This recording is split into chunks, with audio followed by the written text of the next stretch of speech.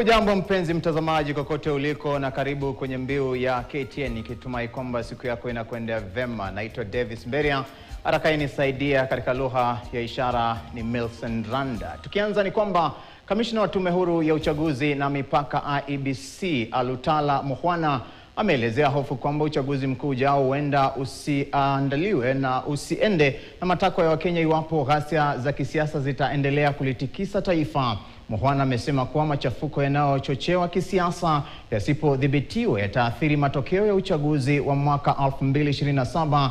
Akizungumza mjini Kitale wakati wa ufunguzi wa tamasha la siku 2 la majadiliano ya wananchi, kamishna huyo alisema kuwa vitendo vya uhalifu vinavyotekelezwa na makundi ya wahuni kwa misingi ya kisiasa vinazua hofu miongoni mwa wapiga kura.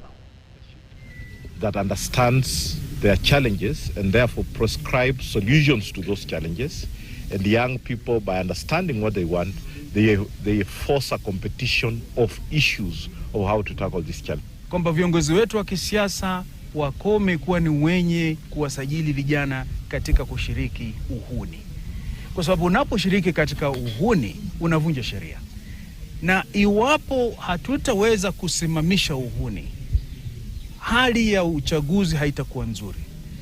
Wamama wataogopa kuja kupiga kura, vijana wengi watakuwa wako jela wakati wa kura kwa kushiriki uhuni, na kura kwa ujumla haitakuwa na idadi kuu. Ni kuzungumza na vijana kuhusu masuala ya mambo ya uwajibikaji kama raia wazuri wa taifa na masuala ya